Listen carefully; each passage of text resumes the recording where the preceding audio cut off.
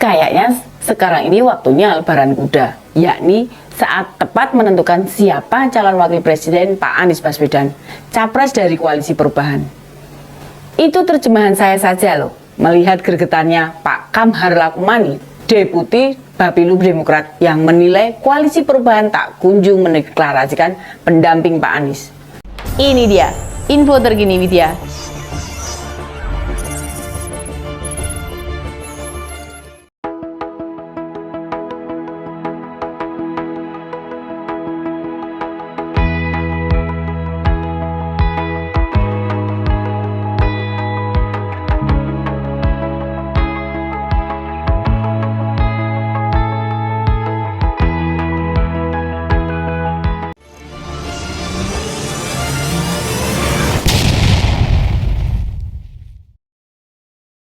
Awal bulan depan, itu masuk bulan ke-11 sejak Capres Koalisi Perubahan dideklarasikan.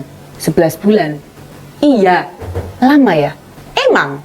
Makanya tadi disebut lebaran kuda sebagai perumpamaan waktu yang diambil untuk memutuskan siapa pendampingnya Pak Anies. Dan bagi Pak Kamhar, tidak ada argumentasi yang sahih apa yang mesti ditunggu. Kan memang tidak ada kejelasan sama sekali. Apa kendala memilih wakilnya Pak Anies? Yang usul sudah banyak, tokoh yang disodorkan juga sudah banyak, yang mau dipasangkan juga sudah merespon. Tim yang membantu Pak Anies memilih juga telah ditetapkan. Sekretariat Koalisi Perubahan juga tersedia. Jadi masalahnya di mana? Nggak ada yang tahu sebenarnya apa yang membuat Pak Anies sulit memilih. Sampai bosan kita mendengar jawaban dia, menunggu saat yang tepat. Saat tepat itu yang seperti apa? Tidak ada yang tahu.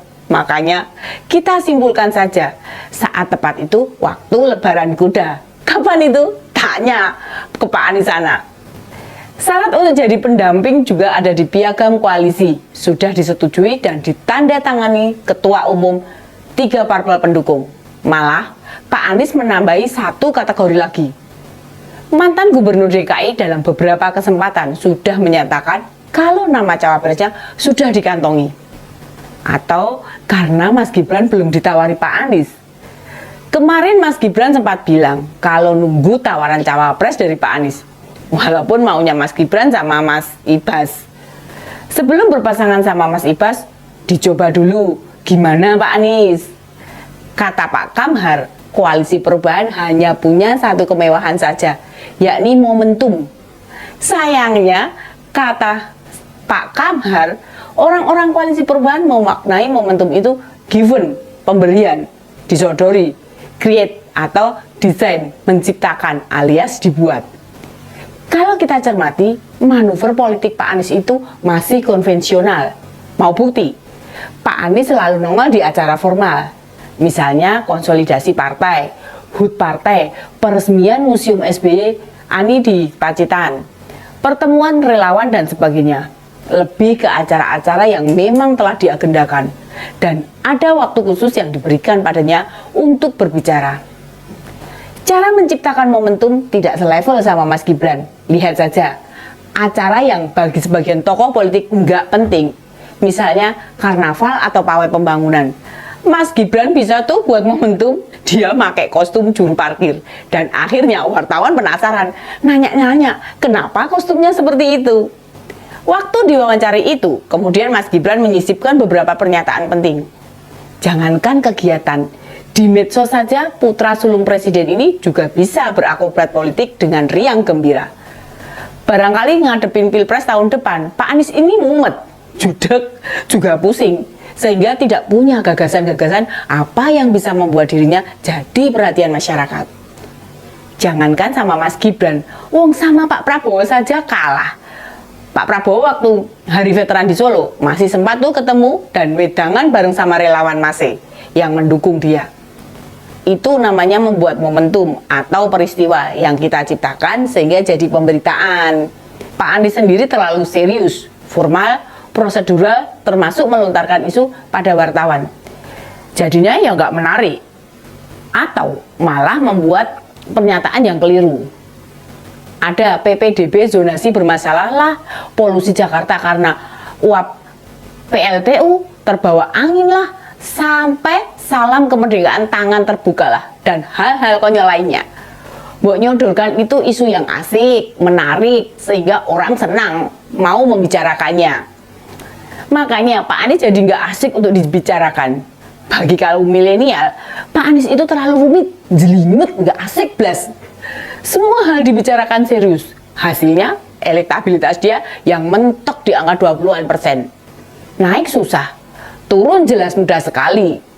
Sehingga masyarakat yang sulit memperbincangkan Pak Anies di warung, pos ronda, ataupun tempat nongkrong warga.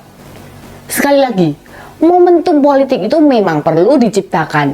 Lah, kalau menciptakan momentum saja tidak bisa, bagaimana mau merubah negara ini? Konyol namanya.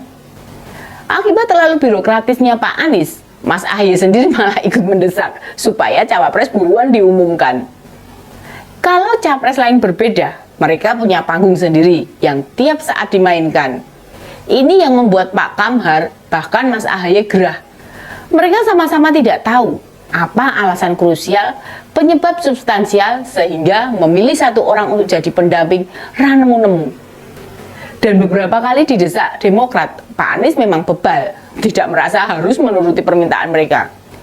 Yang penting bukan Nasdem atau Pak Surya Paloh yang meminta segera deklarasi cawapres. Untuk soal cawapres, Pak Ahmad Ali memastikan kalau deklarasi cawapres Koalisi Perubahan tidak akan dilakukan dalam waktu dekat. Kata Wakil Ketua Umum Nasdem ini, banyak faktor yang harus dipertimbangkan. Kata Pak Ahmad Ali, faktor itu termasuk siapa lawan yang mau dihadapi, potensi diri dan pendukung, serta faktor lainnya. Agak lucu sebenarnya mendengar pernyataan itu. Lah pas dideklarasikan 10 bulan lalu, nggak tahu potensi Pak Anies apa. Atau memang Nasdem nggak tahu apa kelebihan-kelebihannya Pak Anies. Mungkin teman-teman bisa bantu, misalnya kelebihan bayar, kelebihan bicara, atau ahli tata kata. Kelebihan alasan alias ngeles, kelebihan TGUPP, atau punya tim ahli yang jumlahnya berlebih. Lalu apalagi ya? Nasdem pun pasang badan agar Demokrat dan PKS bersabar. Juga tidak mendesak pengumuman siapa cawapresnya Pak Anies. Lah, bukannya pendaftaran capres kurang 2 bulan. Apa nggak terlalu mepet? Demokrat dan PKS meminta segera dideklarasikan cawapres. Soalnya, kalau sosialisasi kan bisa sekalian nggak mengulang-ulang. Demikian info terkini media, sampai ketemu lagi di ini dia info terkini media selanjutnya. Salam cerdas. Ini dia info terkini media